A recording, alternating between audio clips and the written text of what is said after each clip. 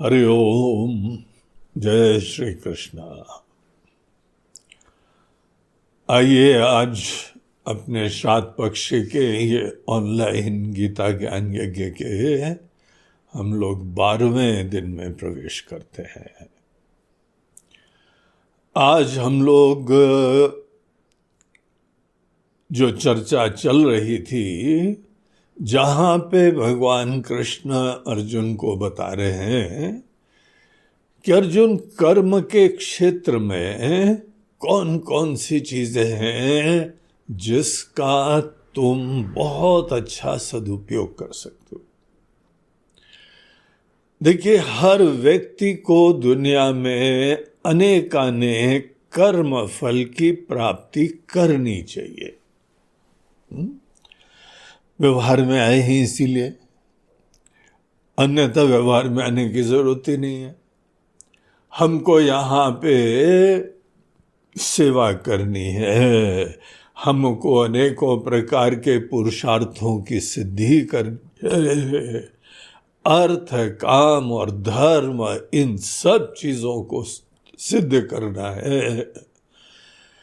और अभ्युदय की प्राप्ति अर्थात अपने ही अंदर यथार्थ में जग के सब संकुचिताओं से हम यहाँ पर इस ज्ञान से युक्त होके मुक्त हो सकते। उसके लिए भी हमको यहाँ पे साधना भी करनी है, ज्ञान प्राप्त करना है, श्रवण करना है, मनन करना है, और तब तक अपने जीवन के गाड़ी चलानी है, शरीर यात्रा करनी है। और मनुष्य शरीर के अंदर रहते रहते ही तो ज्ञान प्राप्त होएगा। इसीलिए मनुष्य शरीर की जो जो आवश्यकताएं हैं उसकी पूर्ति भी हर व्यक्ति को करनी चाहिए। और जो आपके अनेकानेक लक्ष्य है ना, इन समस्त लक्ष्य के लिए भगवान की तरफ से आपको पूरा मार्गदर्शन है, आशीर्वाद है, शुभकामनाएं हैं। भगवान ने भी आशीर्वाद दे दिया। आशीर्वाद देने में हम भी कंजूसी नहीं करते। जब आशीर्वाद ही देना है तो उसमें क्या कंजूसी करना। हम लोग तो यही प्रार्थना करते हैं कि सब लोग सुखी हो, दुनिया में जितने लोग हैं सर्वे भवन्तु सुखिनः। ये हमारी प्रार्थना दिल से होती है। सर्वे सन्तु निरामयाः। निरामया बोलते हैं बीमारी से दूर होइए। सर्वे भद्राणि पश्यन्तु। आप जीवन में जो कल्याणकारी है, जो सत्य है, जो उचित है, जो शाश्वत है, ऐसी भद्र चीजों को पश्यन्तु। मां कश्चित् दुःख भाग् भवेत्। अब देखिए, हमने ये सबके लिए प्रार्थना कर ली कि आप सुखी हो ना, आप दुखी मत हो ना, आप सत्य को देख लेना। हाँ, गुरु जी आपका आशीर्वाद हो गया तो हो ही जाएगा। जी नहीं, हमको भी पता है, आपको भी पता है, शास्त्र में भी बताया है, भगवान भी बता रहे हैं, बोलते हैं हमारे आशीर्वाद की कोई कमी नहीं है। तुम ये सोचो भी कि हमारे आशीर्वाद की कमी है तो ये तुम्हारा ज्ञान है। तुम भगवान को जानते नहीं हो, हमको भी नहीं जानते हो। इसीलिए ये बिल्कुल मत सोचना कि आपको दुनिया में भगवान ने भेज दिया है तो आपके प्रति कृपा है ना। मनुष्य जीवन दे दिया है, 84 लाख योनियों में the best and the ultimate. कृपा दिख रही कि नहीं? सांसें चल रही हैं, इतना पोल्यूशन है, इतने रगड़ा है, तो भी आप जिंदा है। कृपा है कि नहीं? सवेरे उठते हो, सुंदर हवा चलती है, पक्षियों का कलरव चलता है, कितनी कृपा है। कृपा बरस रही है। हमको ये भजन है बहुत अच्छा लगता है, राम रस बरसे मन चातक क्यों तरसे, बूंद बूंद में कृपा हरि की अंबर से बरसे। बरस रही है कृपा भगवान की, भगवान की भी कृपा बरस रही। जितने स्वामी लोग हैं, ऋषि मुनि लोग हैं, यहाँ पे हम भी बताने वाले हैं, आप गारंटी समझ लो हमारी कृपा जो है ना, उसमें कोई कंजूसी नहीं करते हम। हमारी तो प्रार्थना होती है कि आप सुखी हो। भगवान की भी कृपा हो गई, हम स्वामी लोगों की, गुरु लोगों की, संतों की, ऋषि मुनियों की, उनकी भी कृपा हो गई। फिर किस चीज की कमी है?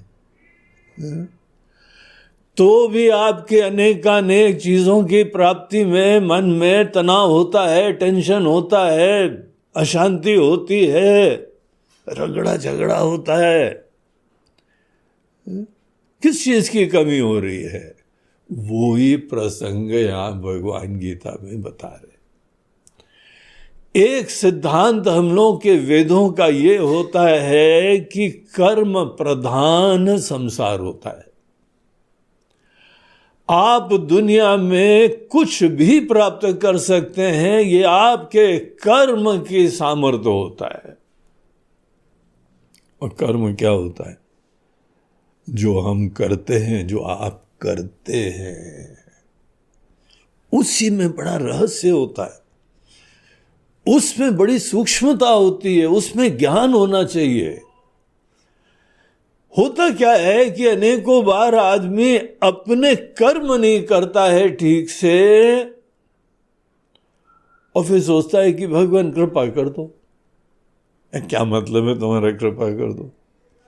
तुम्हारा मतलब यह है उस बच्चे की तरीके से जिसने पेपर में जो है ना कोई आंसर लिखा ही नहीं, और बाद में भगवान के पास जो है वो प्रार्थना करते, भगवान किसी तरह जुगाड़ कर दो, फल मिल जाए, पास हो जाए भगवान। हम किसी के घर में रुके थे तो वहाँ सवेरे सवेरे देखा सूर्य उदय हो रहा था, और वहाँ पे उनके वहाँ छोटा बालक था एक, तो सूर्य देवता को प्रणाम कर रहा था। हमको बड़ा अच्छा लगा देख के। हम बहुत धीमे से पीछे खड़े हो गए, वो निहार रहे थे, बोला क्या संस्कारी लोग हैं।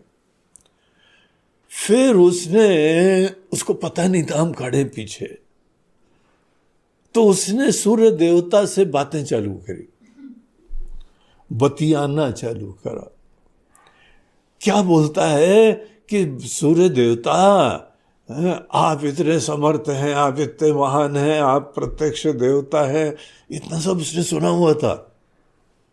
क्या क्या बोलना चाहिए सूर्य देवता को सब पता था उसको। और फिर आगे बोलता है, सूर्य देवता आजकल एग्जाम चल रहा है, आपको तो पता ही होगा, आप ही ने तो सब परिस्थितियां दी है। और एक बात आपको बताएं, हमारा कल का पेपर खराब हो गया सूर्य देवता। अब आप तो देवता है, इतने समर्थ है, इतने शक्तिशाली हैं, आप कुछ करो। और फिर सूर्य देवता को आइडिया देने लगा। सूर्य देवता जिस समय हमारी टीचर उसको मार्क्स दे रहे होंगे ना, उनका मन अच्छा कर देना, उनका मूड अच्छा कर देना। हमारी जो है ना राइटिंग देख के हमको मार्क्स देते, पर पढ़े ही नहीं वो, क्योंकि गलत लिखा है आपने। आपको जुगाड़ कर दो। तो पूरी बात उसने जब सूर्य देवता को समझाई, पूरा बाकायदा कंसल्टेशन करा उनका, सूर्य देवता को कैसे कृपा करनी चाहिए वो भी गाइडेंस दिया उसने। हाँ, जोड़ा था पूरे बाकायदा, पूरी प्रोसेस में। जैसे वो ज्ञानी हैं, समझदार हैं, लेकिन ज्ञानी तो हैं। और एक और डायलॉग बहुत बढ़िया बोला उसने, बोलते इतने सारे दुनिया में लोग हैं, आपको सबका ध्यान देना पड़ता है, आप शायद जो है ना आपको ध्यान न रहे इसलिए बता रहे हैं, अन्यथा आपको पता है। बोला वेरी स्मार्ट। और फिर जब वो उसने पानी डाला, लोटे में पानी लाया था, उसने फूलों रखे तो बाकायदा अर्घ्य दिया, और मुड़ के देखा तो हम खड़े थे, मुस्कुरा रहे थे। उसने सोचा आज तो हमारी प्रार्थना सब सूर्य देवता तक पहुंची नहीं पहुंची, इनके पास पहुंच गई। तो एकदम संकोच में मुस्कराया, बोला गुरुजी भगवान से तो बोलना पड़ता है ना। हम बोला हाँ बिल्कुल अच्छी बात है, तुम भगवान से बोलो, तुम्हारा संबंध भगवान से बन गया है। तुमने भगवान को केवल एक रिचुअल नहीं समझा हुआ है, तुम्हारे लिए भगवान जो है जीते जागते शक्ति हैं, समर्थ हैं। बहुत अच्छी बात है, ऐसी दिल की बात बोला करो। यहां तक तो ठीक था, लेकिन ये बात उस बच्चे के अंदर नहीं स्पष्ट थी, जो कि केवल उस बच्चे में नहीं, हम अनेकानेक लोगों में नहीं स्पष्ट होती है। भगवान अगर हमारा एग्जाम खराब हो गया तो नंबर नहीं देंगे, वो हस्तक्षेप नहीं करते हैं। हमने रात को जो है बहुत ज्यादा कुछ एसिडिक खा लिया तो सवेरे एसिडिटी होगी, भगवान नहीं रोकेंगे। रात को कुछ ऐसे गैस की चीज खा ली, फिर भगवान से प्रार्थना करें, भगवान पार्टी थी आप जानते हैं, वो तो करना पड़ता है, और इतने ज्यादा चने और छोले और राजमा वो सभी रगड़ गए थे, भगवान किसी प्रकार से गैस ना हो। ऐसे लोगों की प्रार्थना भगवान सुनेंगे क्या? अगर कर्म हम नहीं करते हैं तो हमारी प्रार्थना नहीं सुनी जाएगी। तो यही बात यहां भगवान बता रहे हैं कि अर्जुन देखो हमारा क्या रोल होता है। तुम अच्छी तरीके से कर्म करो, उसके बाद बॉल हमारे कोर्ट में आती है, और फिर हम अनेकानेक परिस्थितियां देखते हुए तुम्हारी भावना, तुम्हारी मेहनत, तुम्हारी निष्ठा, तुम्हारी लगन, तुम्हारी पात्रता, अनेकानेक चीजें देखते हैं, और फिर हम फाइल पास करते हैं। आता हम ही से है, क्योंकि कोई भी इंसान खुद ही कर्मफल दाता नहीं हो सकता है। अगर इंसान कोई जीव ही कर्मफल दाता होता, आप सोचिए कोई दुनिया में क्यों दुखी होता?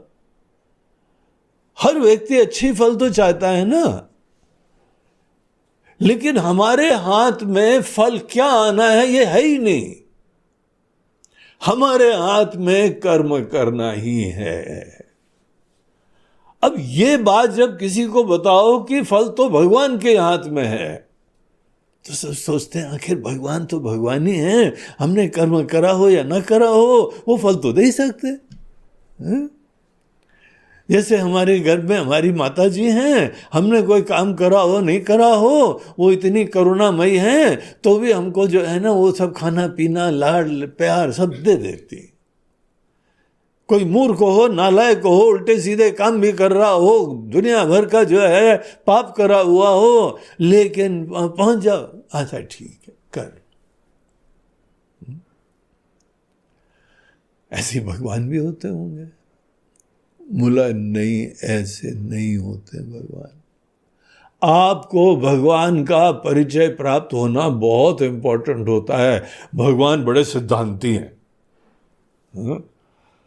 सिद्धांत में कॉम्प्रोमाइज नहीं होना चाहिए। करुणा भी होती है, उनमें करुणा भी होती है, उनके ही फाइल से आगे फल की प्राप्ति होती है, सिग्नेचर उन्हीं का लगता है। व्यवस्था भी उन्होंने करी है, ये अनेकानेक कर्म करने का सामर्थ्य भी उन्होंने दिया है, देवता उन्होंने बनाए, लेकिन फल देने का काम उन्होंने अपने हाथ में रखा है। और जब फल देते हैं, देखो नास्तिक को भी दे देते हैं, भगवान को मानता नहीं है उसको भी फल मिलता है। कर्म करेगा, खेती करेगा, फसल कटेगी ना उसकी भी। भगवान को माने नहीं माने तो भी फसल कटेगी ना। कम्युनिस्ट देश हैं, अनेकों नास्तिक देश हैं, देश ही नहीं लोग होंगे आज हम लोगों की आबादी में बड़े कम हैं जो भगवान को ठीक से जानते हैं, समझते ही नहीं कोई लोग, उनको भी फल मिलता है। भगवान फल तो जरूर देते हैं, अवश्य देते हैं। कई बार ये देख के आदमी सोचता है महाराज जी भगवान फल देते ही देते हैं तो हम बोले काहे के लिए, हम प्रार्थना काहे के लिए करें।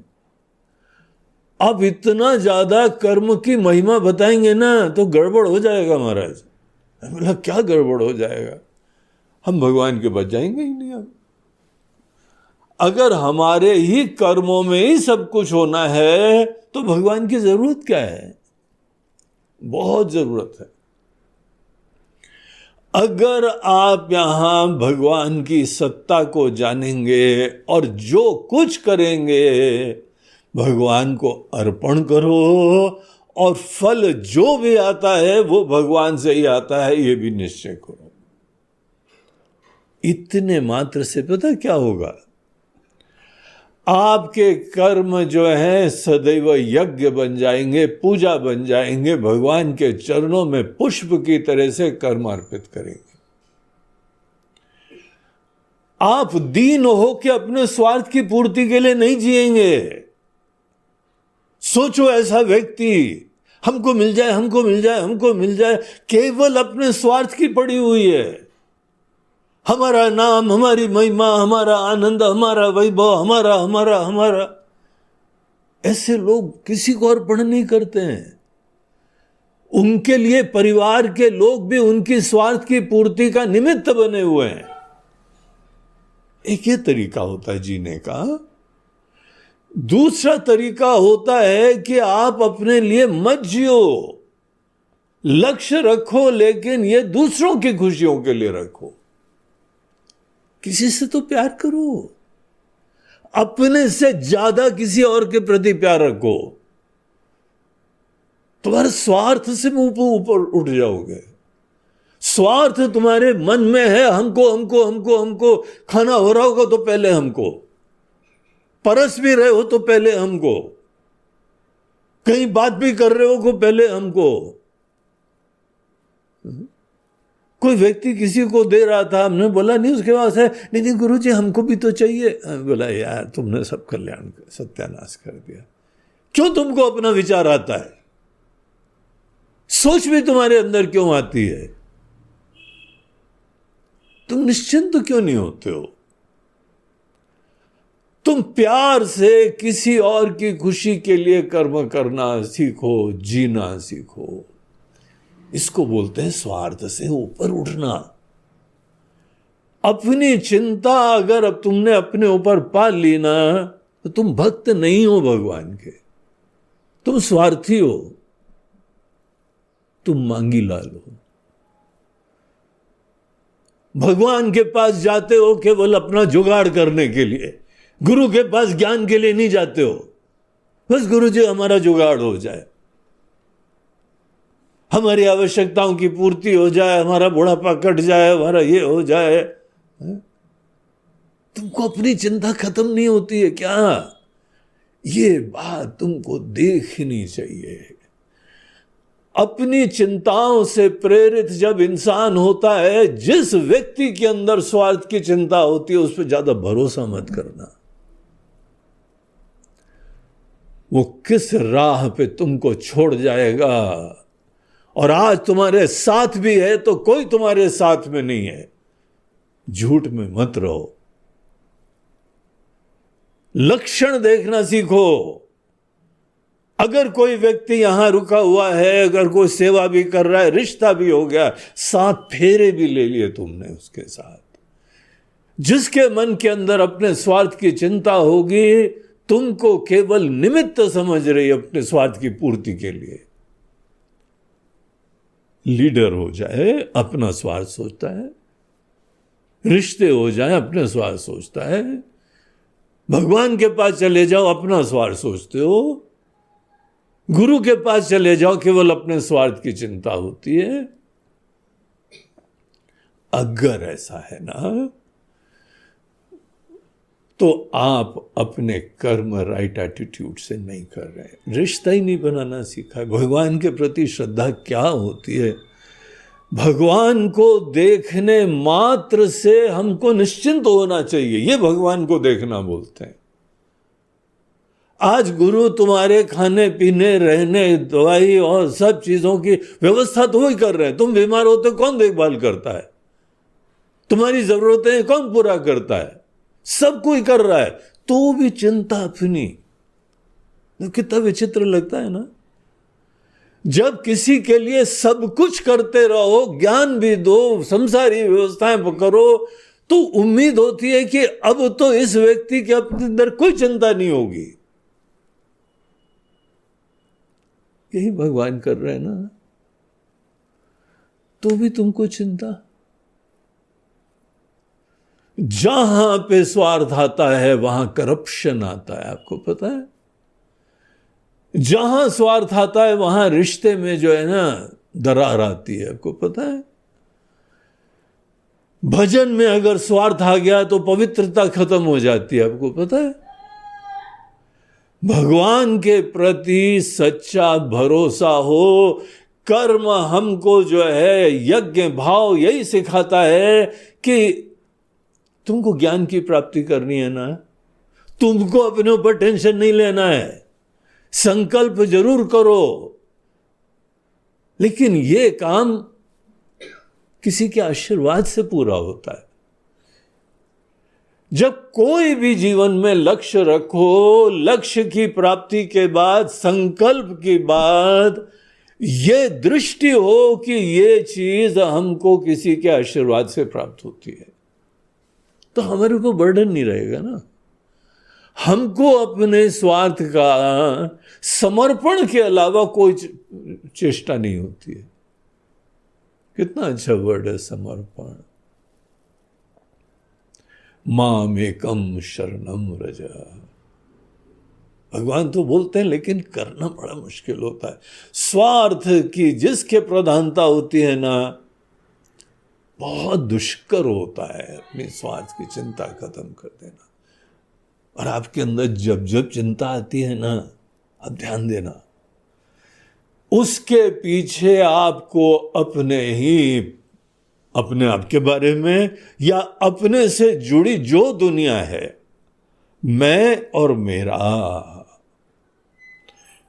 मेरे की चिंता भी स्वार्थ की चिंता का ही रूप होता है। क्योंकि आपको पता है कि ये मेरा जो है ना, ये लोग ठीक रहेंगे तो हम ठीक रहेंगे, हमारा नाम होगा, हमारी व्यवस्था होगी, हमारा बुढ़ापा ठीक होगा। मेरे के प्रति इसीलिए इंसान ध्यान देता है, परिवार के प्रति इसीलिए आसक्त होता है, क्योंकि परिवार उसके स्वार्थ की पूर्ति करा करते हैं। स्वार्थ की चिंता से ऊपर उठने का टूल होता है ईश्वर के प्रति भक्ति। ईश्वर अर्पण बुद्धि। ईश्वर अर्पण बुद्धि एक प्यार का सूचक है, भक्ति का सूचक है। मन में किसी एक बड़ी प्रोफाउंड पावर के प्रति शरणागति का सूचक है। हमने देख लिया है जीवन में एक ऐसी सत्ता का अस्तित्व, इंसानों में नहीं, हर जानवरों में हमने देखा है। जानवर लोग तो कभी अपना चिंता नहीं करते हैं, अपनी प्रोग्रामिंग के हिसाब से प्रेरित होकर अपना कार्य करते रहते हैं।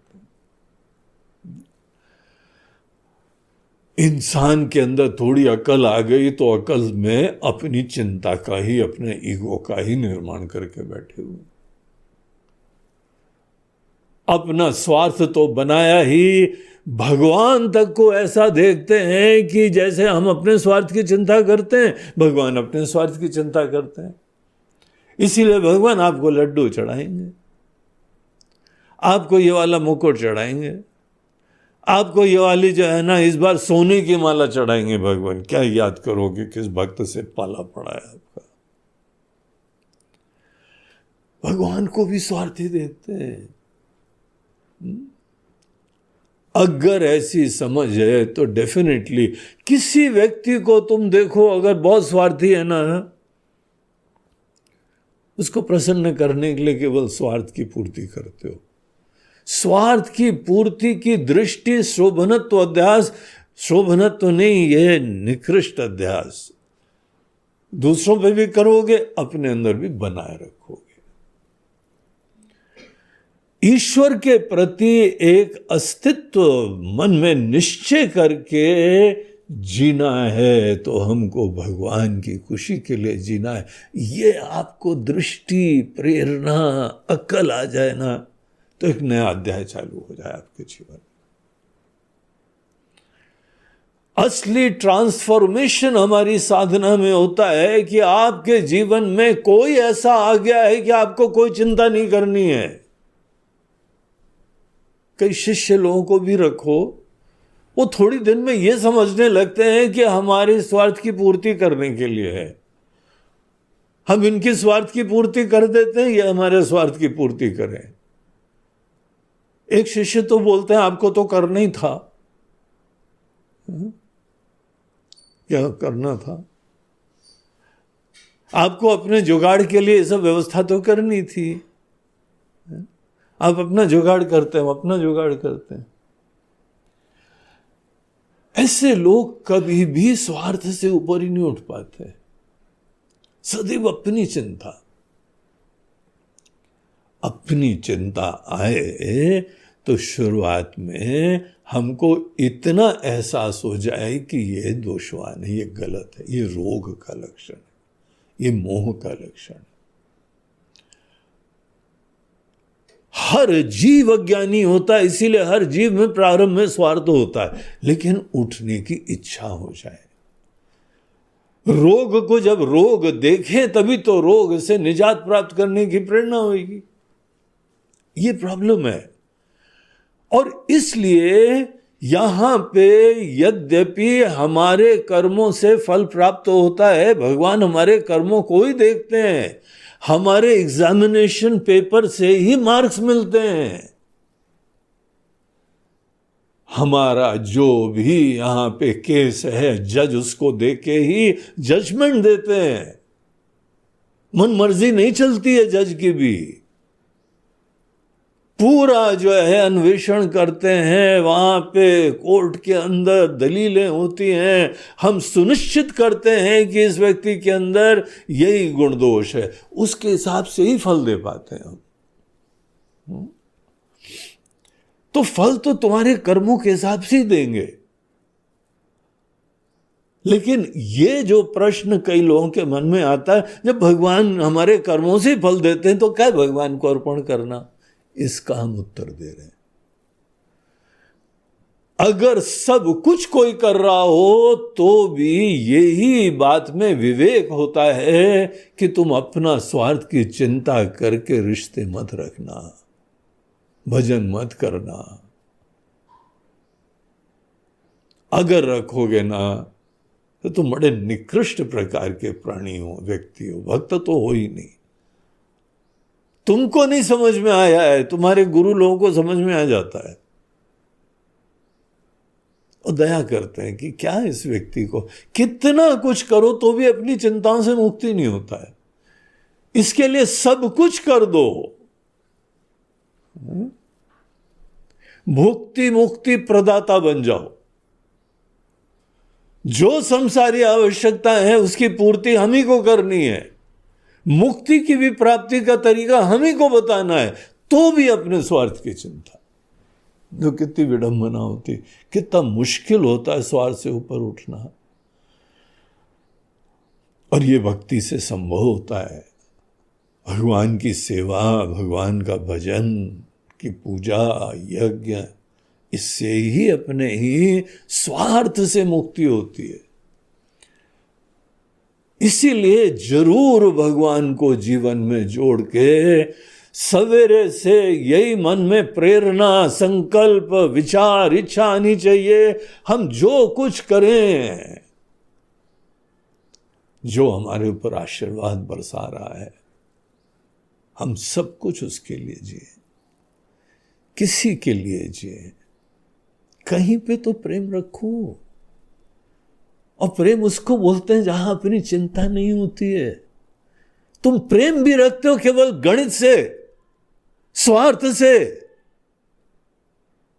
रिश्ते आए तो बड़ा मुस्कुरा रहे हो क्योंकि तुमको पता है ये स्वार्थ यहां पूरा होगा। इतने प्रफुल्लित हो रहे हो क्योंकि रिश्ते नाते हैं ना, वो तुम्हारा जो है अहम की पूर्ति करेंगे, सुख दुख में वही काम आएंगे। इतना स्वार्थ की चिंता। भगवान को जीवन में जोड़ना इसीलिए स्वार्थ से ऊपर उठने के लिए आवश्यक होता है। गीता में भगवान ये शिक्षा दे रहे हैं कि अर्जुन, यज्ञ भाव का अपने कर्मों में समावेश होना चाहिए। जैसे हवन में, यज्ञ में हम देवता के लिए अर्पण करते हैं, इदम इंद्राय इदम न मम, ये भगवान के लिए हो रहा है, हमारे लिए नहीं हो रहा है। ये हमारे लिए नहीं हो रहा है, यही स्वार्थ का निषेध होता रहे। करना पड़ता, अपने आप नहीं हो जाता है।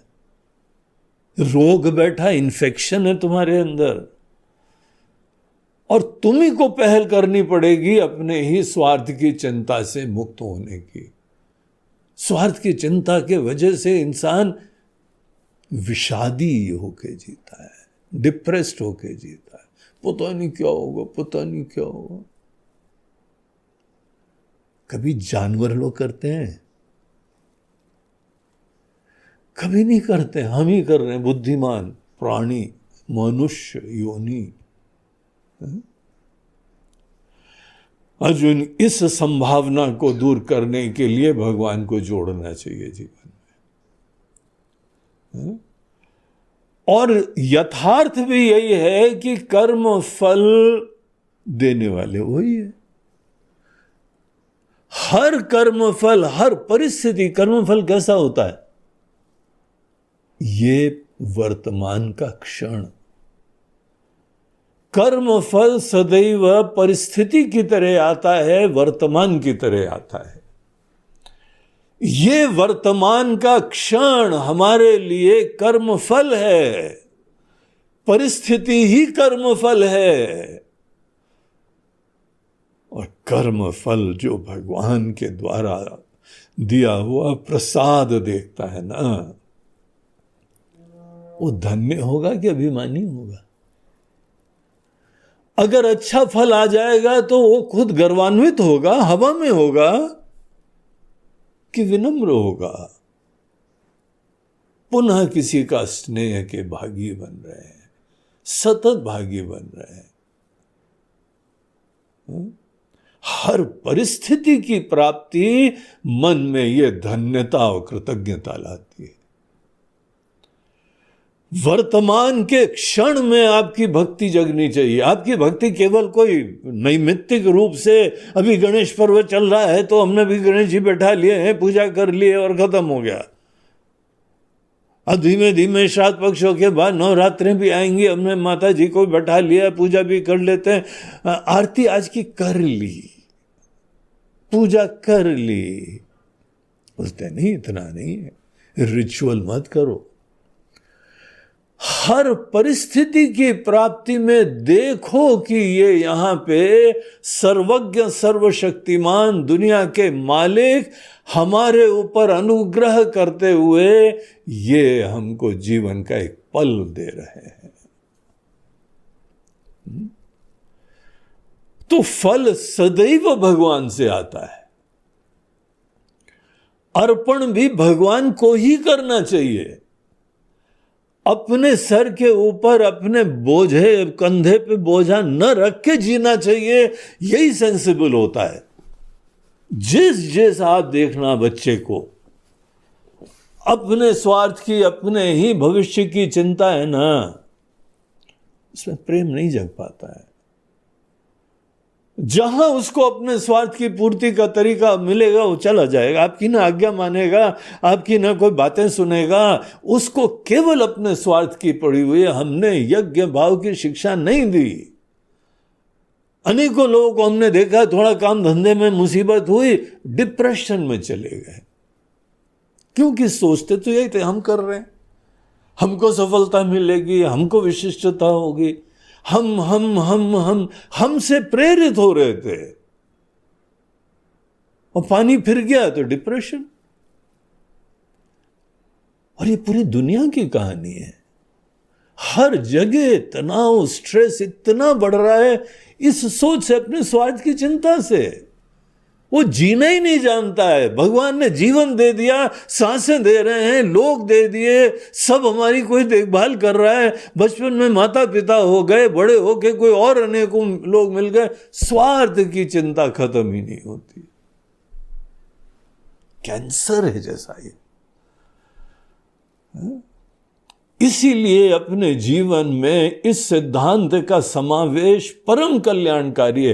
एक व्यक्ति हमारे देश की राजनीतिक धरातल पे हो जाए जो अपने स्वार्थ की चिंता नहीं करता है, किसी और के लिए समर्पित हो जाता है, सबको कृपा उससे ही मिलती है। इतिहास के जो महापुरुष लोग हैं वो लोग थे जो अपने स्वार्थ की चिंता नहीं कर रहे थे। बस उनकी जय जय करते रहोगे कि कुछ सीखोगे भी? उनसे ये शिक्षा लेनी चाहिए। देश के स्वतंत्रता सेनानी हो, देश के लिए यहां पे अपना जीवन कुर्बान करा हो, अपना नहीं सोचते थे। अभी 2 दिन पहले भगत सिंह जी की जो है ना वो पुण्यतिथि थी। सोचो, नौजवान सरदार व्यक्ति जीवन देश के लिए समर्पित हो रहा है। वो भी सोच सकता था ना, हमारा क्या होगा, हमको क्या लेना देना, हमारा गाड़ी चल जाएगी, हमारे लिए थोड़ा सा पैसा हो जाए, हमारे रिश्ते हो जाए, हमारा खाना पीना हो जाए और हमारी गाड़ी चल जाएगी। फिर वो भी सोच सकता था ना। हम और आप अगर यही सोचते हैं तो यही हमारा और आपका उनके साथ डिफरेंस हो जाता है। इसलिए वो महान थे, स्वार्थ से ऊपर उठ पाए, समर्पित हो पाए। पूरा धर्मशास्त्र हमको बता रहा है कि यज्ञ भाव से प्रेरित हो अर्जुन। सतत किसी क्षेत्र में तुम किसी महान सत्ता के लिए जीना चालू करो। दुनिया जाने न जाने, कोई समझे न समझे, लोग कर रहे हो नहीं कर रहे हो, मूर्ख लोगों का अनुकरण थोड़ी करना है हमको। ना समझ लोग अगर यहां भीड़ भी चारों तरफ यही कर रही है, हमारे पास क्लैरिटी होनी चाहिए, कन्विक्शन होना चाहिए कि ये गलत है, उपेक्षणीय है। तो ये यहां पे भगवान को जोड़ के काम करना ही चाहिए। लेकिन यहां पे गीता का उपदेश भी समझो। भगवान आप ही को फल देना है तो दे दो ना। अनेकों देखो घर में आपने उसको जन्म दे दिया, बचपन से पैसे मिल रहे हैं, बचपन से व्यवस्था मिल रही, हमको भी कुछ अपने आप ही देते हो ना। बोलते अपने आप नहीं देते बेटा, हम उसने कर्म करा इसलिए देते हैं उसको। जिसको मिल रहा है ना उसने कर्म करें। कर्म प्रधान ही जीवन होता है। अगर किसी को मिला है तो कर्म करें, तुम भी कर्म करोगे तो मिल जाएगा। और ये तुम्हारा पुरुषार्थ होना चाहिए कि कर्म अच्छी तरीके से कैसे करते हैं। अच्छा सीखो, बहुत बढ़िया चीज है। 3 अध्याय में तो भगवान ने यहां तक कहा, न कर्मणाम अनारंभात नैष्कर्म्यम पुरुषोष्णुते। कर्म के क्षेत्र में सजगता से, विनम्रता से, भक्ति से बगैर प्रवृत्त हुए कभी तुमको मुक्ति नहीं मिलेगी। मनुष्य जीवन बेकार हो जाएगा तुम्हारा। तुम मुक्त हो सकते हो, सब झमेलों से मुक्त हो सकते हो, सब टेंशन से मुक्त हो सकते हो। लेकिन उसके लिए तुमको कर्म कैसे करना चाहिए, आज जैसे कर रहे हो, क्या वही राइट तरीका है? क्या इसमें इंप्रूवमेंट हो सकता है? कर्म में कौन कौन से कंपोनेंट होते हैं? हमारा पुरुषार्थ किस किस चीज के लिए होना चाहिए? इस पूरे 18वें अध्याय के प्रसंग में भगवान बता रहे हैं, अर्जुन तुमको कैसे कर्म करना चाहिए वो हम रहस्य बता रहे हैं। तुम्हारा ज्ञान सात्विक होगा तो कर्म अच्छे होंगे, तुम्हारे कर्म सात्विक होंगे तब फल अच्छे होंगे, तुम्हारे अंदर कर्तापना सात्विक होगा तो फल हम दे पाएंगे। कल हम लोगों ने देखा कि बुद्धि सात्विक किसको बोलते हैं, धृति सात्विक किसको बोलते हैं। ये सब हमारे डोमेन में आता है, हमारे क्षेत्र में आता है। कर्म करने के अनेकों पहलू हैं, और क्योंकि कर्म में ऐसे सजग होके जीना चाहिए, प्रबुद्ध होके जीना चाहिए, तब हम फल दे पाते हैं, हम ही फल देंगे। अगर तुम तामसी राजसी ढंग से कम कर्म करोगे, हम तुमको सात्विक फल कैसे देंगे अर्जुन? तुमने दुनिया की क्या व्यवस्था के बारे में सोच रखा है? तुम कर्म कैसे भी करो, प्रमादी रहो, शिथिल रहो, मुंगेरी लाल बने रहो, सपने देखते रहो भविष्य के, और तो भी चाहोगे कि तुमको अल्टीमेट फल दे दें हम। अच्छा, यही हम बता रहे हैं यार, ऐसा नहीं होता है। तुम जब आहुति देते हो तो जैसे कभी पूजा हो, हवन हो, मंत्र का अच्छा उच्चारण करना पड़ता है। जो तुम्हारा ज्ञान है, तुम्हारी भावना है, तुम्हारे कर्म है, तुम्हारी समर्पण है, भगवान की प्रसन्नता है, निस्वार्थता है, कोई अपनी चिंता न रखते हुए करना है, अर्जुन, ये अच्छा कर्म करना होता है। अगर तुम नोट कर रहे हो तो सात्विक कर्म किसको बोलते हैं वो तुमको अभी तक पकड़ में आया होगा। तुम करके देखो, सात्विक कर्म करने की ठान लो, ये सब तुम्हारे हाथ में है। और अगर कर्म तुमने अच्छी तरह से कर लिया तो समझ लो फल भी हम तुमको दे पाएंगे। अन्यथा किसी ने पाप करा है, जज उसको छोड़ देगा क्या? उनके पास सामर्थ्य नहीं छोड़ देने का, वो भी एक नियम में बद्ध होते हैं। भगवान कौन से नियम से युक्त होते हैं वही हमको शास्त्र में बताया जाता है। शास्त्र भगवान ने लिखे हैं, बताए हैं, और जो बताया है खुद भी उसी के हिसाब से पालन करते हैं। जब भगवान का अवतार होता है ना, जो दुनिया के नियम बनाए हैं उसी नियम के अंतर्गत रह के यहां कार्यकलाप करते हैं।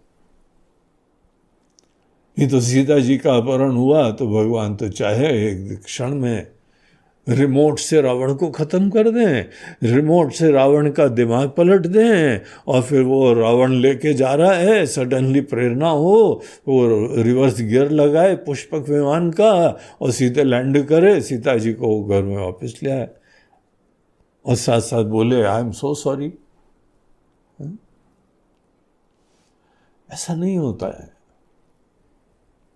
भगवान अपनी तरफ से किसी के कर्म में हस्तक्षेप नहीं करते। उन्होंने पूरा हम लोगों को स्वतंत्र कर दिया है कर्म करने में। अब हमको, आपको, हम लोगों की भगवत गीता जो जीवन जीने की संहिता है, जीवन जीने की कला बता रही है, वो बता रही है कि ये चीजें तुम्हारे हाथ में हैं, तुम इनको सात्विक तरीके से करो, बस। फिर निश्चिंत रहना, भगवान ही फल दे रहे थे पहले, कल भी वो ही देंगे, और कर्म के अनुरूप फल देंगे। तो इसलिए यहां पे कर्म अच्छी तरीके से करने की बात सीखना भी चाहिए, उसके बावजूद भगवान का भरोसा रखना चाहिए। प्यार से जी पाएंगे। जो किसी और के लिए जीता है वही प्यार से जीता है, जो अपने स्वार्थ से जीता है वो कभी प्यार से युक्त नहीं होता है। तो इस तरीके से ये यहाँ पर हम लोगों को बातें सब इसी परिप्रेक्ष्य में देखनी चाहिए। अब आगे देखिए, भगवान बोलते हैं तुमको सुख प्राप्त करना है ना अर्जुन, तो इंदौरी भाषा में बोलता है हाउ। इंदौरी लोग जब आप पूछे ना तो उनको हाँ बोलना होता है तो बोलते हैं हाउ। सुख प्राप्त करना है, हाउ। हाउ अंग्रेजी वाला नहीं, हाउ। हाउ मतलब हाँ, हाउ प्राप्त करना है। पहले थोड़ा बहुत अंग्रेजी पढ़ के आए थे तो हमने किसी से बोला है लेबर से काम करना है, बोलता है हाउ। हम बोला हाउ क्या, उस तरीके से करो, ये हाथ तो उल्टा उठाओ, ये टूल उठाना, इसको फिर ऐसे करना। या तुम्ही को हम बताने लगे टूल कैसे यूज करना है, फिर तुम कैसे मिस्त्री हो? बोलता हाउ। अब हमने समझा कि ये अंग्रेजी वाला हाउ नहीं बोल रहा है, कुछ और हाउ बोल रहा है। सुख प्राप्त करना है, हाउ। तो बोले तुमको पता है सुख में भी 3 वैरायटी होती है। अरे इसमें भी 3 वैरायटी है। तो बोलते हैं हाँ भाई, तो चलो इसके बारे में भी तुमको परिचय देते हैं। तो ये 36वें 36 श्लोक से आइए हम लोग चैंटिंग करें, फिर इसका आपको अर्थ बताते हैं। सुखम त्विदानीं त्रिविधम, सुखम त्रिदानीं त्रिविधम्, शृणु मे भरतर्षभ, शृणु मे भरतर्षभ, अभ्यासाद् रमते यत्र, अभ्यासाद् रमते यत्र, दुःखान्तं च निगच्छति, दुःखान्तं च निगच्छति, यत्तदग्रे विषमिव, यत्तदग्रे विषमिव, परिणामे मृतोपमम्, परिणामे मृतोपमम्, तत्सुखं सात्विकं प्रोक्तम्, तत्सुखं सात्विकं प्रोक्तम्, आत्मबुद्धि प्रसादजम्, आत्मबुद्धि प्रसादजम्, विषयेन्द्रिय संयोगात्, विषयेन्द्रिय संयोगात्, यत्तदग्रे मृतोपमम्, यत्तदग्रे मृतोपमम्, परिणामे विषमिव, परिणामे विषमिव, तत्सुखं राजसं स्मृतम्, तत्सुखं राजसंस्मृतम्, यदग्रे चानुबन्धे च, यदग्रे चानुबन्धे च, सुखं मोहनमात्मनः, सुखं मोहनमात्मनः, निद्रालस्य प्रमादोत्थम्, निद्रालस्य प्रमादोत्थम्, तत्तामसमुदाहृतम्, तत्तामसमुदाहृतम्, सुखम तु इदानीम। अर्जुन चलो अब हम लोग हर फल की प्राप्ति में अंततः सुख ही की उम्मीद करते हैं। सुख मिलेगा, पैसे आ जाएंगे तो सुख मिलेगा, रिश्ता बन जाएगा तो सुख मिलेगा, खाना खाएंगे तो सुख मिलेगा, म्यूजिक सुनेंगे तो सुख मिलेगा, पार्टी में जाएंगे तो सुख मिलेगा, नाचेंगे तो सुख मिलेगा, तीर्थ में जाएंगे तो सुख मिलेगा, महाराज जी गीता सुनेंगे तो मजा आएगा, भजन करेंगे तो मजा आएगा, आपका आशीर्वाद मिलेगा तो ज्यादा मजा आएगा। हे मजनानंद, जो मजे का आनंद प्राप्त करने के लिए निष्ठावान है हर सांस में, उसका नाम होता है मजानंद। तो श्री मजानंद, तुमको हम मजा देना चाहते हैं। कैसा मजा चाहिए बताओ? एक बार जो है ना, एक किसी केस में पिक्चर के अंदर एक सीन देख रहे थे, तो एक आदमी जो है ना आतंकवादी, उसको नकली पंडित जी बना के खड़ा करा गया था कोर्ट में, और पंडित जी को अनेकों शिक्षा दी गई थी। बोला यार पंडित हो ना, सब सीखना पड़ता है। तो उन्होंने रट्टे मारे हुए थे। हाँ भाई, कौन से प्रकार के पंडित हो, कौन से प्रकार के ब्राह्मण हो, और तुमने कितने वेद होते हैं, कितने पुराण होते हैं, उनका नाम बताओ, और अनेकों जो है पूरा पाठ करा के आए थे। तो हाँ, वकील साहब को पता था नकली है, अब उससे असलियत निकलवानी थी। तो वो प्रश्न जो है ना कॉमन, जो भी उनको किताब में दिया गया था ना, जो एग्जामिनेशन के लिए आते हैं ना क्वेश्चन आंसर, वो पढ़ा के घोट के आया था सब। कौन से ब्राह्मण हो? ये ब्राह्मण है। कितने वेद है? ये 4 वेद है। कितने पुराण है? फट से सबके नाम बता दिया। अनेकों नाम नहीं पता होगा बहुत सारों को, वेदों के नाम भी सबको नहीं पता होते। उसने सब घोट रखा था। फिर उसको बात बताया कि हाँ अच्छा, ब्राह्मण कौन से प्रकार के ब्राह्मण? उसने बताया। अच्छा, उसमें कौन से जो है वह तुम्हारा गोत्र भी बताया। जब प्रश्न पूछता गया, वो झुंझला के बोलता है यार इसमें भी प्रकार हो क्या? और उसने अपनी जो है ना कश्मीरी भाषा में बोल दिया, पोल खुल गई। या अल्लाह, इसमें भी इतनी वैरायटी। जज साहब की तरफ मुड़ के बोलता है यस सर, हमारी जो है ना सब इंक्वायरी पूरी हुई। आप समझ गए ना?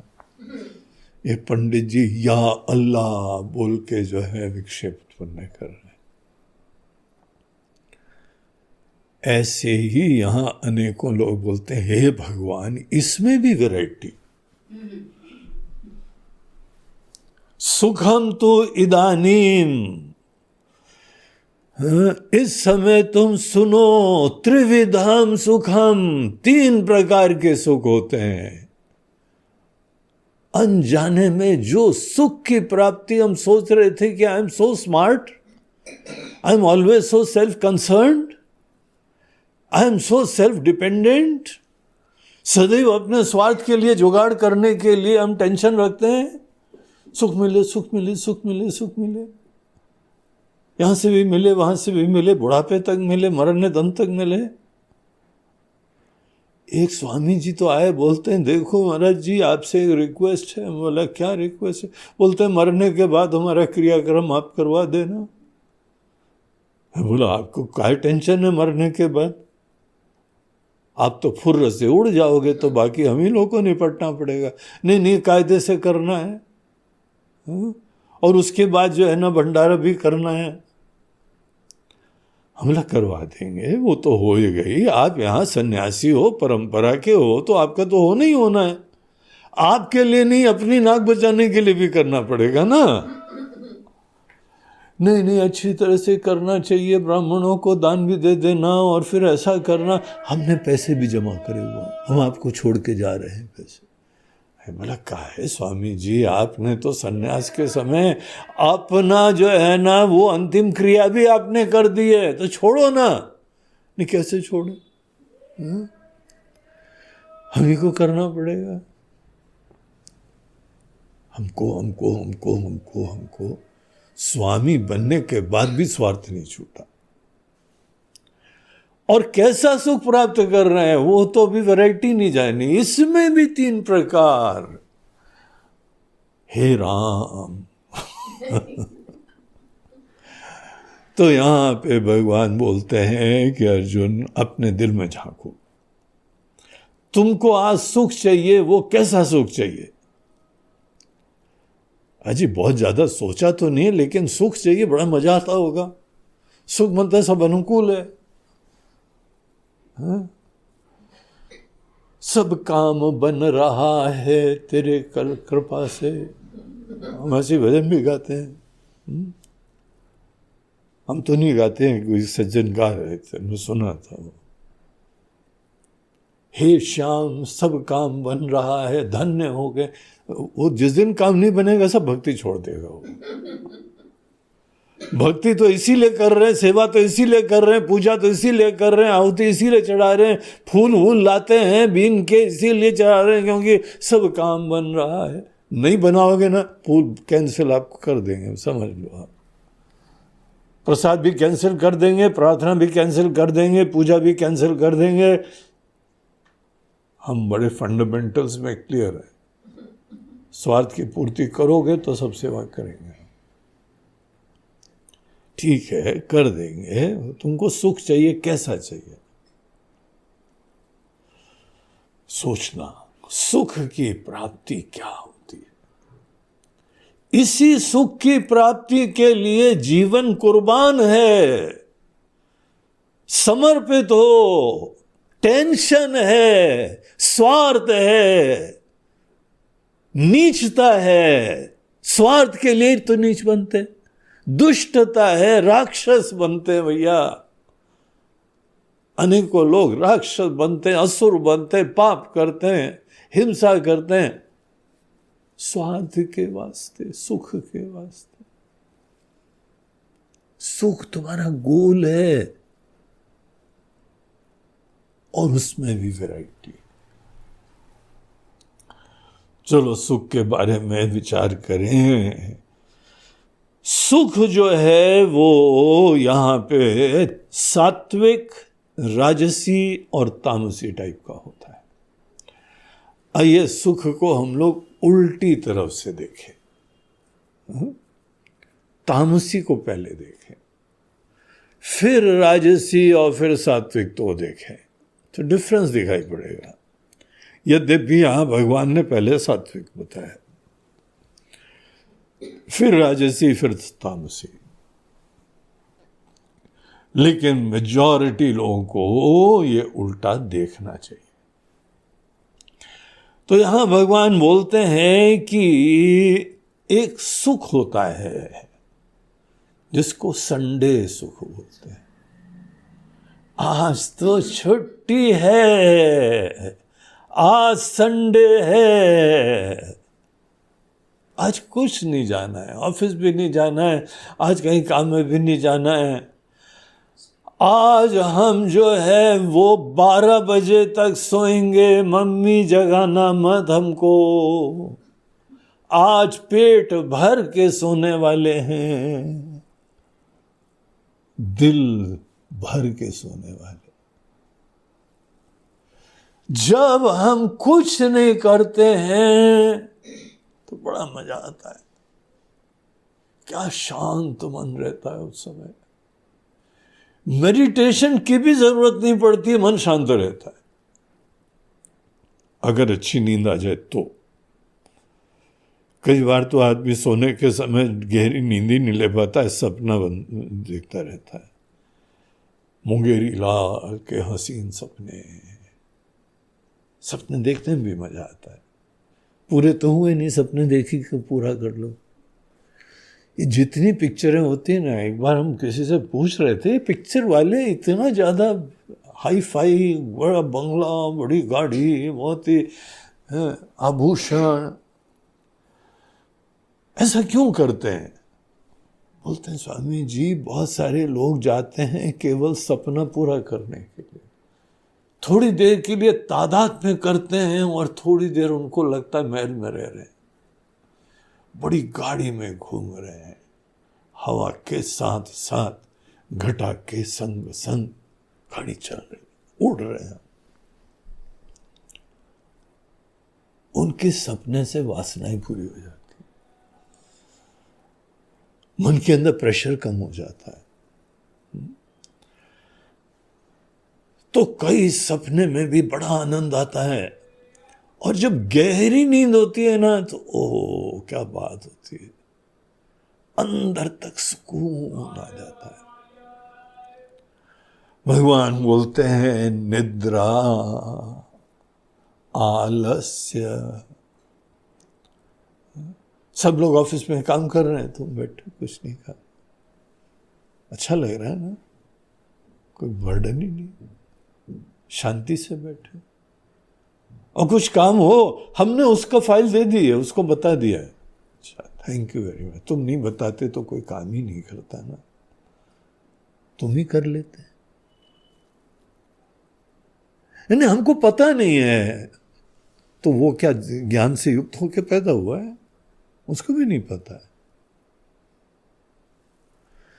लेकिन वो साहस करता है, सोचता है तो कर लेता है। तुम आलसी हो, आलसी उसको बोलते हैं इसमें प्रेरणा नहीं होती कुछ, स्वतः हृदय से कर्म की प्रेरणा नहीं होती, कोई प्रेरणा ही नहीं है। देखो शांत हो गया ना मन, आलसी आदमी का मन कितना शांत दिखाई पड़ता है। से इजी नहीं होता, तुम चाहो बैठे रहना, एक दिन संडे को कुछ नहीं करो, बैठे रहो थोड़ी देर तक मजा आएगा, उसके बाद बोर हो जाओगे बैठे बैठे। चलो घूम के आते हैं, चलो ये खाते हैं, चलो ये पीते हैं, लेकिन धन्य है कुंभकर्ण, 6 महीने सो लेता है। क्या हम लोग सोते भी हैं, सोना भी ठीक से नहीं जानते हैं, मात्र 12 बजे तक 2 बजे तक सो लेते हैं बस, उसके बाद उठना पड़ता है। कुंभकर्ण की अपने घर में फोटो लगाओ, माला चढ़ाओ, प्रार्थना करा करो, हे कुंभकर्ण देवता हमको भी कुछ सिद्धि प्रदान करो। हम दिन भर सोते रहे कम से कम टू बिगिन विद, 2 बजे आंख खुल जाती है, सो ही नहीं पाते ज्यादा। जो परम आलसी होते हैं, सदैव निष्क्रिय, निरुत्साहित, प्रमादी। हम लोग को पता है कि बहुत ही निष्क्रियता, आलस में जब कुछ नहीं करते हैं, उसका भी एक मजा होता है।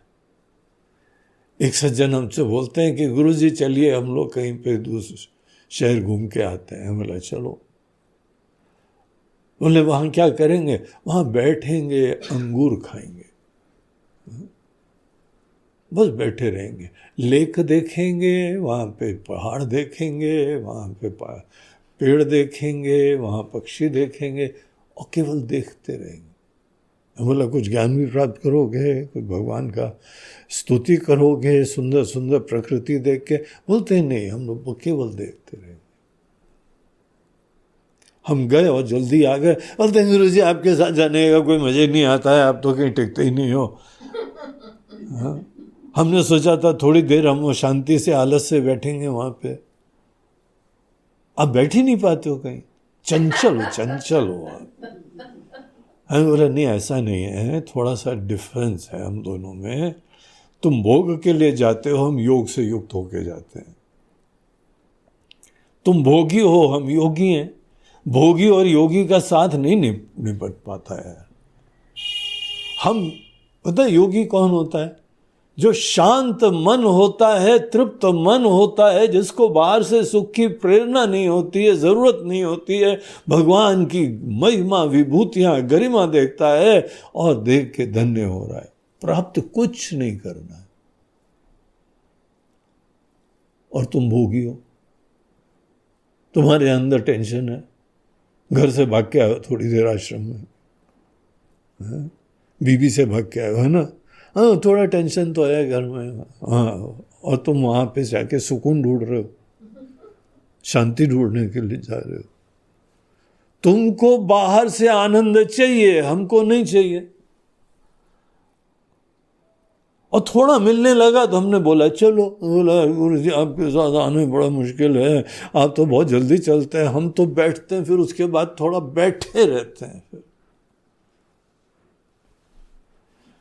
निष्क्रिय, हमको लगता है हम बड़े सात्विक हैं, निर्विकल्प समाधि में जाते हैं। भगवान बोलते हैं अर्जुन, जो आदमी आलसी हो और यहां आश्रम में आते हैं तो यहां पे उनको जो है वो सवेरे कैंप वैम्प में 6 बजे मेडिटेशन में आना होता है, 7 साढ़े 7 बजे तो क्लास चालू हो जाता है, और वो घर में 11 साढ़े 11 बजे उठते हैं। उनको आनंद मिल रहा है आलस का, निष्क्रियता का।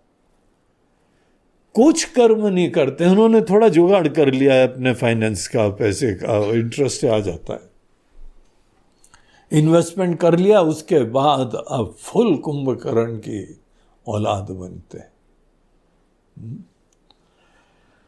तो ऐसे लोग अर्जुन, इनको भी आनंद आता है। आनंद वैरायटी नंबर 1। इन लोगों के बारे में पूरा श्लोक क्या होता है? निद्रा यत्तग्रे चानुबंधे च सुखम मोहनमात्मनः। मोह बोलते हैं उल्टे ज्ञान को। ये उल्टे ज्ञान से शुरुआत में और एंड में युक्त रहते हैं, और इनका मोह इंटेंस होता है। मोह क्या है? कि आनंद बाहर से ही आता है, हमारे अंदर आनंद है नहीं। और ये ही धारणा उनकी प्रबल होती जाती है। अग्रे मतलब कर्म के प्रारंभ में, और अनुबंधे च बाद में, बाहर से ही आनंद आता है। ये धारणा मोहनम, इसका मोह बढ़ता रहता है। वास्तविक आनंद के स्रोत के बारे में इनकी ये समझ होती है। ऑफिसों में निष्क्रियता के वजह से आदमी जी रहा है, प्रोडक्टिविटी से नहीं जीता है। कई बार प्राइवेट सेक्टर की एंट्री के लिए लोग, सरकारी लोग जो है ना, बड़ी आवाज उठाते, धरना उठना देते हैं। हमने कई बार पूछा कि तुम सरकारी लोग जो है ना, प्राइवेटाइजेशन के लिए क्यों विरोध करते हो? तो गुरुजी, काम करना पड़ेगा उसमें। यहां तो बस ऑफिस जाने के पैसे मिलते हैं, वहां काम करना थोड़ी पड़ता है। और तुमको ये नहीं लगता है कि पूरे देश में अगर सब गवर्नमेंट ऑफिस में काम ही नहीं होगा तो देश कैसे आगे बढ़ेगा? अरे उतना ज़्यादा कौन सोचता है महाराज जी, देश तो चल रहा है, आप जैसे कुछ लोग करते रहेंगे। और हमको बड़ा अच्छा लगता है, कुछ नहीं करने में बड़ा अच्छा लगता है। उसके अंदर निराधार नोशंस हैं, और जो सुख मिलता है सोने में मिलता है, निष्क्रियता में मिलता है, आलस में मिलता है। और प्रमाद तो ऐसी मजेदार चीज होती है कि एक को तो पता नहीं था, प्रमादी को पता होता है क्या करना चाहिए, तो भी प्रेरणा नहीं होती। सब गुरु के पास जाके मंत्र भी ले आए और प्रवचन भी सुन लिया, तो भी आज सोना ही है, करना तो है नहीं कुछ। इसको बोलते हैं प्रमाद। अज्ञानी वो होता है जिसको पता नहीं है, आलसी वो होता है जिसको प्रेरणा नहीं हो रही है, और प्रमादी वो होता है जिसको सब पता है तो भी शिथिल रहता है, करता है नहीं। अर्जुन, इन चीजों का एक आनंद होता है। इसीलिए हम बोल रहे हैं संडे सुख, छुट्टी के दिन का सुख। कुछ नहीं है ना जिम्मेदारी, सडनली मन कितना रिलैक्स हो जाता है। अर्जुन, ऐसे आनंद को तामसी आनंद बोलते हैं। और राजसी आनंद क्या होता है? ये लोग डायनेमिक लोग होते हैं। राजसी शब्द जहां आता है ये बड़े डायनेमिक लोग होते हैं। और रावण में आप देखिए, लंका में तीनों भाइयों में फोकस रावण की तरफ ले जाओ, वो राजसी आदमी है। कुंभकर्ण को जो है वो बोलता रहता है, क्या कुंभकर्ण सोते रहते हो, उठो कुछ काम करो, जग में रहकर कुछ नाम करो, अनेकों भोग विलास करो, नाम शोहरत की प्राप्ति करो। राजसी व्यक्ति वो होता है जो व्यक्ति विषय इंद्रिय संयोगात, भगवान ने शरीर दिया है, इंद्रिय दिए हैं और इंद्रियों के विषय होते हैं। इंद्रियों का जो जो विषय होता है वो अलग होता है, दूर होता है, और इष्ट होता है। इंद्रियों में प्यास होती है, इंद्रियों में प्रवृत्ति होती है, इंद्रियों में ज्यादा अकल नहीं होती है, लेकिन एक इंट्रिंसिक इंद्रियों में ग्रेविटेशन होता है विषयों की तरफ। जैसे जवान है उसको टेस्ट की तरफ आकर्षण होगा, इतना ही है, और नहीं सोचती जवान कि सही खाया गलत खाया, वो तो बाद में पेट को निपटना पड़ता है। उस समय तो झोंके में खा लिया, दूसरे दिन जो है रुचि पेट में दर्द हो रहा है, आज हमको गैस हो रही है, आज गुड़गुड़ गुड़गुड़ हो रहा है पेट में, I am not feeling well, गड़बड़ है स्वास्थ्य। तो भी जवान जो है ना टेस्ट मांगती है। सिस्टम ये होता है कि जवान को टेस्ट चाहिए विषय इंद्रिय संयोगात। जितने भी सेंशुअल आनंद होते हैं, जो सेंसेस अपने विषय की प्राप्ति करने के समय जो टिटिलेशन होता है, जो रोमांच होता है, सेक्स का आनंद, वहां पर इतना बड़ा हुआ बना हुआ है दुनिया के लिए, हर व्यक्ति के लिए प्रेरणा का विषय बनता है। उसमें क्या होता है, हमारी कुछ इंद्रियां हैं और एक दूसरा विषय है, विषय दूर है, और जब भी कोई आपसे चीज दूर होती तो उसके प्रति महत्व भी हो जाता है। महत्व किसका कितना बना हुआ है उसी के अनुपात में सुख मिलता है। अगर सपोज आपके अंदर आपके जो जो सेंसेस हैं उनका जो विषय है उसके बारे में बहुत मन में प्रेरणा हो गई, वैल्यू हो गई, महत्व हो गया, उसके सोचने मात्र से आनंद आता है। जैसे कोई प्रिय व्यक्ति हो गया आपका, प्रिय व्यक्ति हमको आनंद देता है, उसको सोचने मात्र से आनंद देता है, और देख लें आहा क्या बात है, बहुत आनंद आ जाता है, और उसकी प्राप्ति हो जाए, उससे सब दूरी खत्म हो जाए, परमानंद आता है। विषय के साथ जो आनंद आता है, इसमें जो रिलेशनशिप होती है, हमको जो है मनीषी लोग बताते हैं, ये 3 टाइप का आनंद होता है। इसको बोलते हैं प्रिय, मोद, प्रमोद। ये इंटेंसिटी इसका लेवल होता है। कोई भी विषय आपको प्रिय लग सकता है, आपकी दृष्टि, आपकी सोच होनी चाहिए कि ये आपके लिए महत्वपूर्ण हो गया। विषय नहीं बोलेगा, आप सोचते हो, आपकी तरफ से ये भावना होती है, और ये हमारी फ्रीडम है। किसी चीज के प्रति हमारे मन के अंदर महत्व की बुद्धि आ सकती है। एक बार आ गई, सोचने मात्र से आनंद, दर्शन से ज्यादा आनंद, मोद, फिर प्रमोद। प्रिय, मोद, प्रमोद, 3 लेवल्स। प्रियता का आनंद है विचार मात्र, दर्शन से मोद मिलता है, और प्राप्ति से प्रमोद होता है। और ये सदैव अपने बाहर से विषय से मिलता है।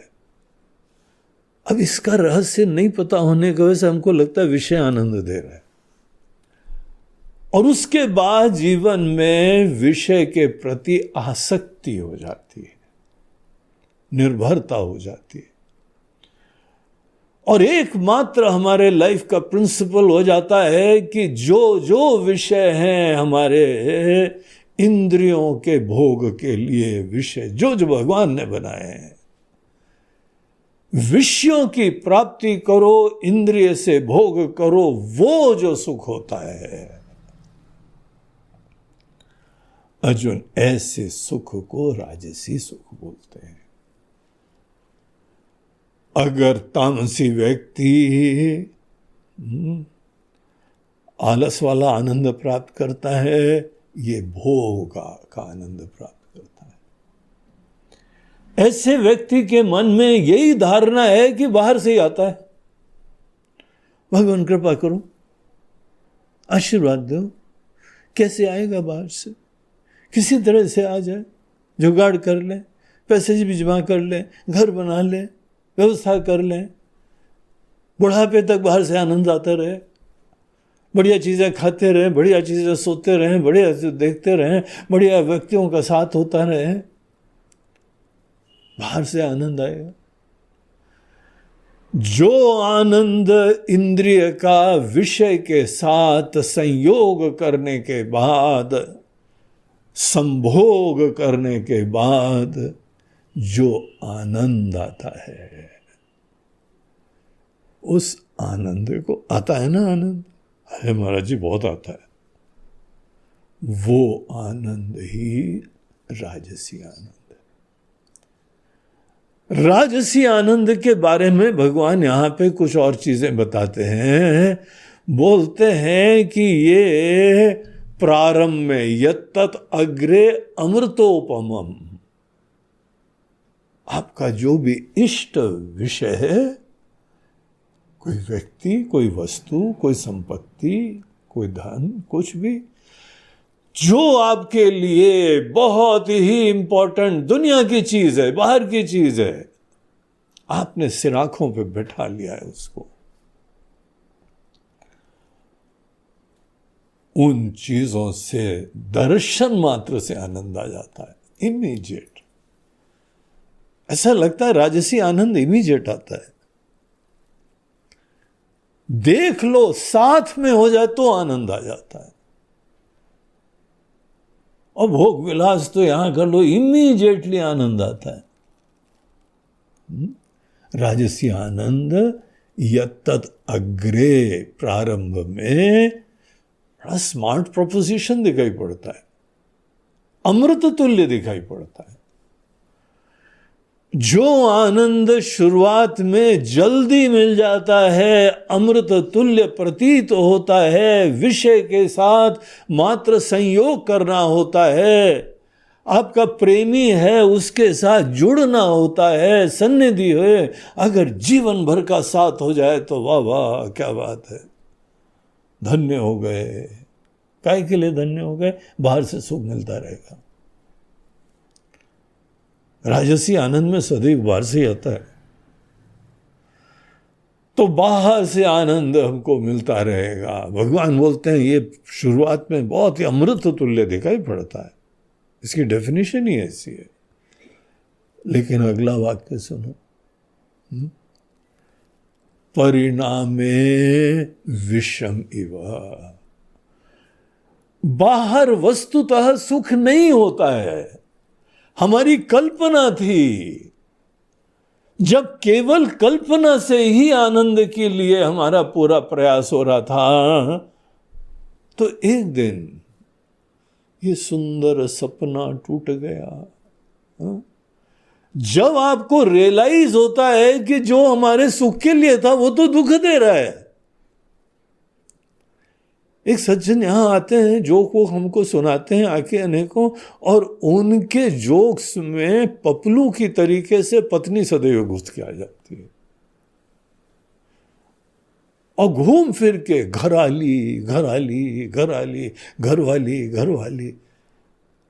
मजेदार बात है, घर वाली भी साथ में आती है, उनके जोक सुनती आके। यार घरवाली की वजह से तुमको पीड़ाएं हो रही हैं। गए थे खुद ही बारात लेके शादी करने के लिए, यत्तत अग्रे अमृतोपमम, बड़े नाचे थे, घर में पार्टी भी दी थी, फ्रेंड्स को भी दी थी, शादी हो रही, शादी हो रही, शादी हो रही।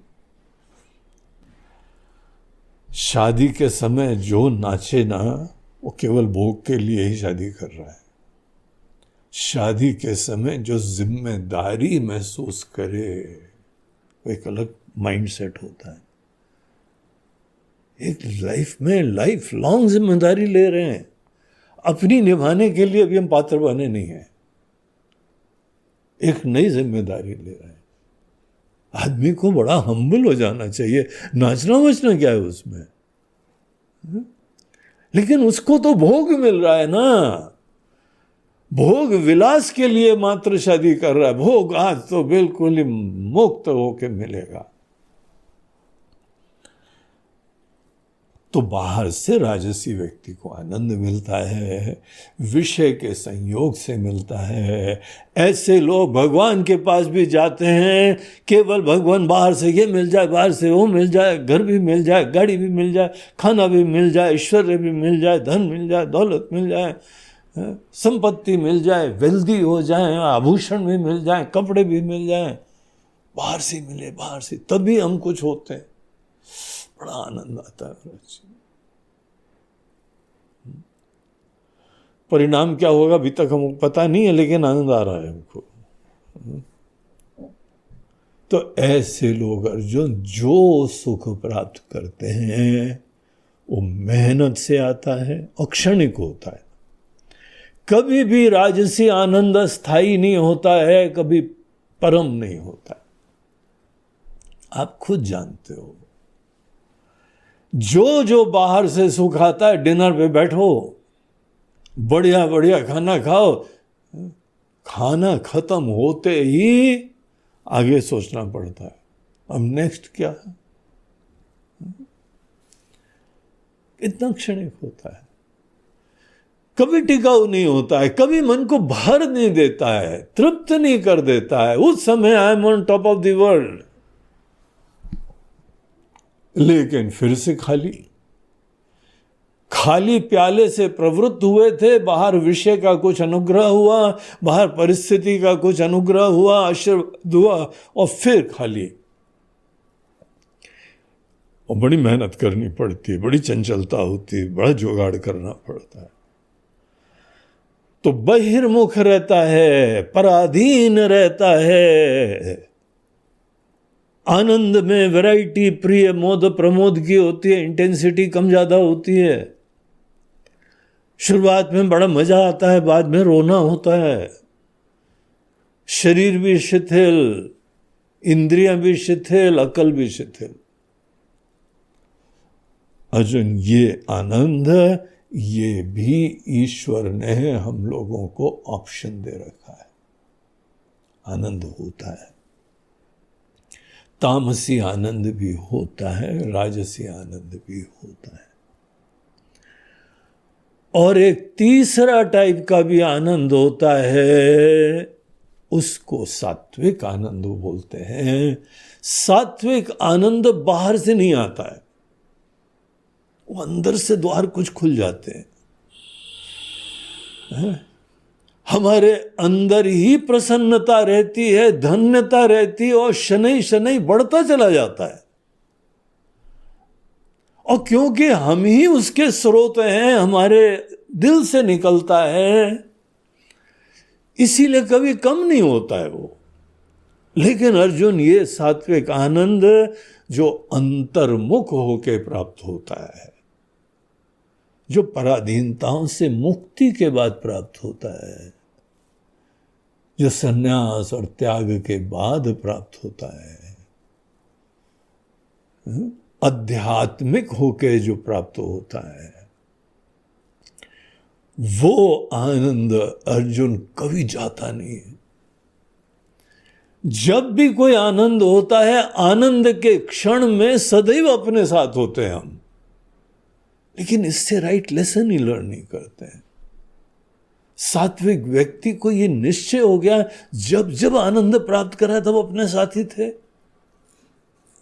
सब बाधित हो गया, कोई व्यक्ति, कोई स्थिति, कोई जगह, कुछ भी नहीं रहती है, मैं की ही कुछ घटना घटित होती है, मैं सब चिंता, थॉट्स, विचार, विकार, वृत्तियां सब खत्म हो जाती हैं किसी कारण से, और तब अपने अंदर आनंद आता है। सात्विक व्यक्ति ने बोला, ऐसा अगर ऐसे आनंद आता है तो हम इन चीजों को ही दूर करते हैं। तो जैसे किसी नदी के पास, झील के पास आप बैठ के काई दूर करो तो अंदर से निर्मल पानी दिखाई पड़ता है, वैसे ही अपने मन के अंदर चिंता, धारणा, मोह, विक्षेप ये दूर करो तो यहां आनंद दिख जाता है। उसको ये पता है कि आनंद अपने साथ रहने को बोलते हैं। तो हम क्या हैं, इसका शोध करता है, इसका चिंतन करता है, और आत्मचिंतन करके दुनिया भर के विचार से मुक्त होके काम्यानाम कर्मणाम न्यासम, ऐसी स्टेट ऑफ माइंड जहां कोई कामना नहीं है, क्योंकि देखा है इन चीजों को, असारता देखा है, नश्वरता देखा है, अनित्यता देखा है, इसलिए मुक्त हो गए। जब आप विवेक से, ज्ञान से, अनेकानेक चीजों से मुक्त हो जाते हैं, केवल मैं को देखते हैं, सभी मनुष्यों का यह हम लोगों को संदेश है। जब ऐसे शुद्ध निर्मल मन से, सब चिंताओं, धारणाओं से मुक्त होके मैं को देखो। आत्म बुद्धि प्रसादजम, आत्मा का ज्ञान, आत्मा की बुद्धि, आत्मा की अवेयरनेस, मैं की तरफ अभिमुखता, दबा के नहीं, सप्रेस करके नहीं, थॉट्स को दबा के कभी भी जो है वो थॉट से परे नहीं जाया जाता है, उनकी असारता जान के मुक्त हुआ जाता है। तब आप मैं की तरफ मुड़ते हैं। तो अर्जुन, ये वाला एक आनंद और होता है, और ये शुरुआत में मुश्किल होता है, ये भी बात बता दें तुमको। इसीलिए यहां भगवान बोलते हैं कि अर्जुन, ऐसा सुख यत् तद अग्रे विषमिव, शुरुआत में तो बड़ा मुश्किल लगता है, मेहनत लगती है, साधना करना, सबसे चिंताओं से मुक्त होना, पराधीनता से मुक्त होना, आसक्ति से मुक्त होना, अभिमान से मुक्त होना, ये सब चीजें ही दुष्कर हैं, इसीलिए वो विष तुल्य लगता है। आत्मा सुख स्वरूप है, ये सुन के तो अच्छा लगता है, और हम बहुत बड़ा सुख प्राप्त करने की इच्छा भी करते हैं, लेकिन अपने अंदर इसकी कीमत चुकानी पड़ती है कि सब चीजों से मुक्त हो, पराधीनता, राग, द्वेष, अभिमान, आसक्ति।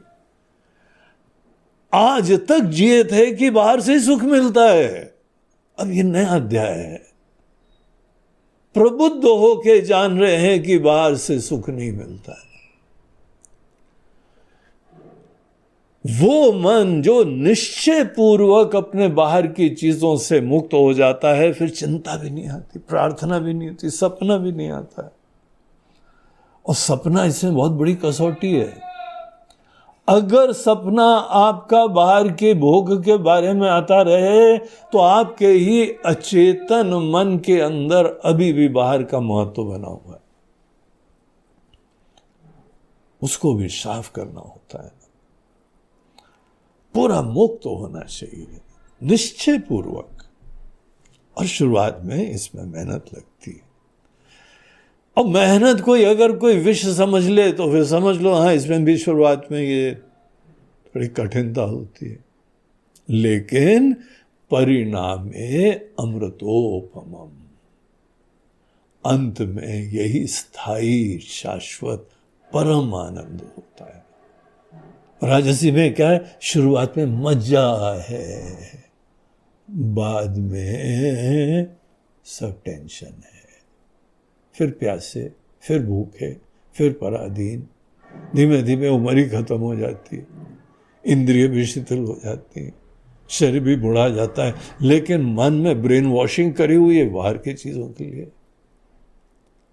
बड़ा दुखी होता है इंसान।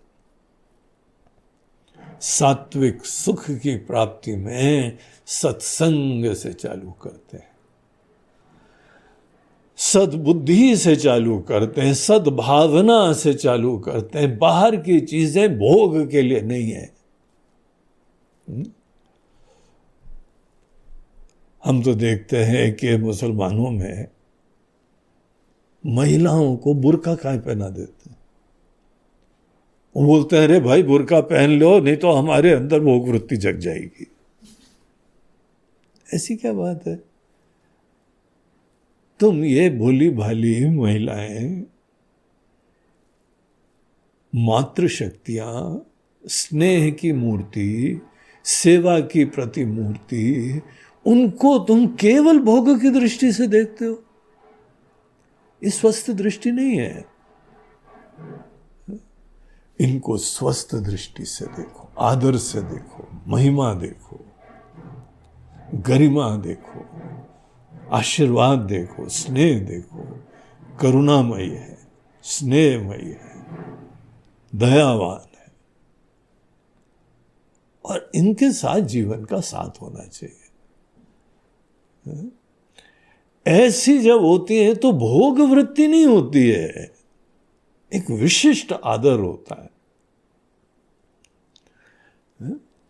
अगर बाहर भोग वृत्ति रखे रहोगे तो केवल राजसी आनंद तक पहुंचोगे। ऐसे लोगों को प्रार्थना करने के लिए भी बताना पड़ता है कि वहां 72 हो रही मिलेंगी, वहां पर भी ज्यादा भोग मिलेंगे। कितना फर्क है हम लोगों के धर्म में दूसरे धर्मों में। यहां बताते हैं कि सात्विक सुख वो जो है बाहर से सुख आता ही नहीं है, अपने ही मन के पट खोलते जाते हैं। शनै शनै मन की परतें खुलती चली जाती हैं। सत्संग से और मोह खत्म होते हैं, विक्षेप खत्म होते हैं, पराधीनता खत्म होती, और फिर अपने अंदर मुड़ के एक आनंद हर मनुष्य को प्राप्त हो सकता है। अर्जुन, ये भी एक आनंद होता है।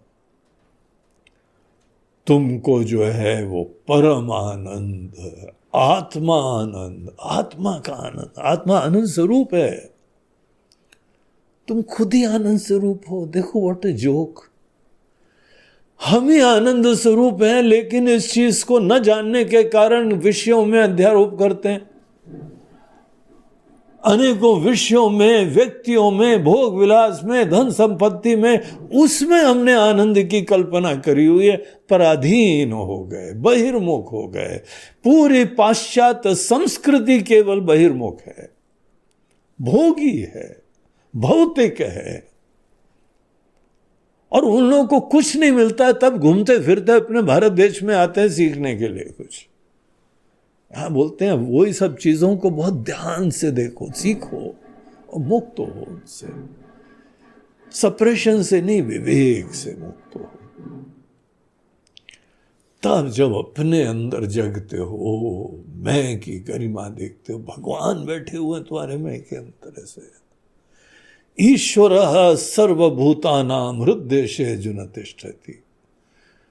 आनंद केवल भगवान का नेचर होता है, और वो तुम्हारे हृदय में है। उसको तुम जानो, उसके लिए साधना करनी, अध्ययन करना, श्रवण मनन निधिध्यासन करना, समाधि का अभ्यास करना। ये सब ही तो शुरुआत में थोड़ा कठिन लगता है, थोड़ा असंभव होता है, थोड़ी करते। असंभव होता तो भगवान भी हमको बताते ही नहीं, हमारे गुरु लोग भी बताते ही नहीं। हम लोग कर सकते हैं, इसीलिए ये बताया जा रहा है, और करना चाहिए। ये मनुष्य जीवन मिला है, कुछ सारभूत टिकाऊ आनंद लेना चाहिए ना। क्या क्षणिक केवल आनंद, 2 पल का आनंद में जीवन खत्म कर रहे हो? अर्जुन, इस सात्विक आनंद की तरफ ये एम करना चाहिए। और तुम्हारी तरह से पलायन करके भागने से नहीं होता अर्जुन। एक परिस्थिति में सही गलत नहीं समझ पाए, इसीलिए उच्चाटन हो गया, भाग रहे हो। बाबा जी बनना चाहते हैं, ऐसे थोड़े बाबा जी बनना चाहते हैं। यही गीता की शिक्षा है। प्रबुद्ध हो, यहां पे प्रबुद्धता के वजह से मुक्ति हो, और फिर अंदर के द्वार खुलते हैं। अर्जुन, बहुत सुख है, तुम जहां जाओ सुख हो, तुम ही सुख स्वरूप हो। तुमको जन्म मरण की चिंता नहीं है, क्योंकि तुम स्वर्ग आदि भी अगर जाओ, ये लोग तो कहीं नहीं जाते हैं, क्योंकि वहीं पे सुख मिल गया। आवागमन की गति खत्म हो जाती है। आवागमन की गति तब तक होती है कभी बाहर से सुख मिलना है। स्वर्गीय उसको बोलते हैं जिसको बाहर से जीवन में आनंद चाहिए था, और अब भोग की पराकाष्ठा स्वर्ग में गया है। भोगी होता है वो। जो सात्विक सुख प्राप्त करता है उसका कहीं जाना ही नहीं है, यही बैठा हुआ अपने अंदर तृप्त, मस्त, कल्याण, धन्य। सात्विक सुख में परिणाम में अमृतोपमम, तुमने जैसे अमृत का चख लिया हो, ऐसी स्थिति जो है सात्विक आनंद में होती है। बस हमको बाहर के संस्कारों से निपटना है, अज्ञान से निपटना है। तो अर्जुन, ये सुख ही हर व्यक्ति को प्राप्त करना चाहिए। देखिए कितना इंटरेस्टिंग सेक्शन। सुख में भी वैरायटी। तामसी सुख भी होता है, निष्क्रियता का, कुछ नहीं कर रहे हैं, थक गए, आराम करने का सुख। और कई लोग तो परमानेंटली थके हुए होते हैं, आलसी हो जाते हैं। फेलियर हो गया तो निरुत्साहित हो गए। इंसान की महानता उस उत्साह के वजह से सेवा करने में होती है। तो राजसी सुख भी होता है अर्जुन, बाहर से आनंद मिलता रहता है, भोग मिलता रहता है। ऐसे लोग बोलते हैं, इसका देखो महाराज जी कितना पैसा है, इसका घर देखो, इसकी गाड़ी देखो, और इसका ये देखो, बाहर से अच्छा हो गया है तो सुख हो जाएगा। ये राजसी आनंद है, क्षणिक है, नश्वर है। तुम पराधीन रहते हो। पराधीन व्यक्ति को सपने में भी सुख नहीं होता। सात्विक आनंद, तुम खुद ही आनंद के धाम हो गए। तो ये 3 प्रकार के सुख, बड़ा इंटरेस्टिंग सुंदर सेक्शन। इसके साथ यहाँ पे 3 गुणों का ये सेक्शन समाप्त होता है, जो कि भगवान अगले श्लोक में समराइजेशन करते हैं। तो वो हम लोग अपने नेक्स्ट सेशन में देखेंगे। नमः पार्वती पतये हर हर महादेव। नर्मदे हर, बोलो गंगा मैया जय। हरि ओम। ये हम लोगों का जो ज्ञान यज्ञ चल रहा है, ज्ञान यज्ञ किसको बोलते हैं? अरे जी, ज्ञान यज्ञ में हम लोग तो कुछ कर ही नहीं रहे हैं, आहुति तो कुछ देते ही नहीं हो, यज्ञ चल रहा है, बोलते नहीं आप दे रहे हैं। यहां हमारा काम यह होता है कि ज्ञान की अग्नि प्रज्वलित करना, कोई विषय की स्पष्टता करना। आप जितने हद तक इस विषय को समझ रहे हैं ना, उतने हद तक आपका ज्ञान खत्म हुआ है ना। हुआ कि नहीं हुआ? नहीं हुआ तो और दोबारा पढ़ सुनना और मनन करना। अगर किसी व्यक्ति के अंदर प्रवचन सुन के अज्ञान खत्म हो रहा है, मोह खत्म हो रहा है, नासमझी खत्म हो रही है, तो आपने अज्ञान की आहुति दे दी, मोह की आहुति दे दी। आप अपने अंदर अज्ञान और मोह की आहुति देते जाइए और ये ज्ञान का आशीर्वाद लेते जाइए। ये पूरा यज्ञ चल रहा है और इस यज्ञ के जितने भी श्रोता लोग हैं, जिस देश में भी, जिस काल में भी रहेंगे, सब सतत जो है अपने ज्ञान की आहुति देती रहेंगे। इसीलिए इसको बोलते हैं ज्ञान यज्ञ। और ज्ञान यज्ञ में हम लोग एक आदि यजमान मुख्य रखते हैं। यज्ञ की परंपरा होती है, यजमान मुख्य होना पड़ता है। वैसे इस कार्यक्रम के आयोजक हम लोगों के 2 ट्रस्ट हैं, वेदांत परमार्थिक सेवा ट्रस्ट और इंडियन कल्चरल फाउंडेशन, वो आयोजन कर रहे हैं, लेकिन यजमान डेली कोई ना कोई होते हैं। आज के यजमान भावनगर के हमारे प्रिय एक शिष्य, एक भक्त केतन भाई दसाड़िया। तो केतन भाई और उनका परिवार, वो सब लोग अपने दिवंगत पिताश्री, उनके जो पिताजी बाबू भाई दसाड़िया, उनकी ही स्मृति में, उनके ही श्राद्ध के निमित्त से आज की ये आहुति दे रहे हैं।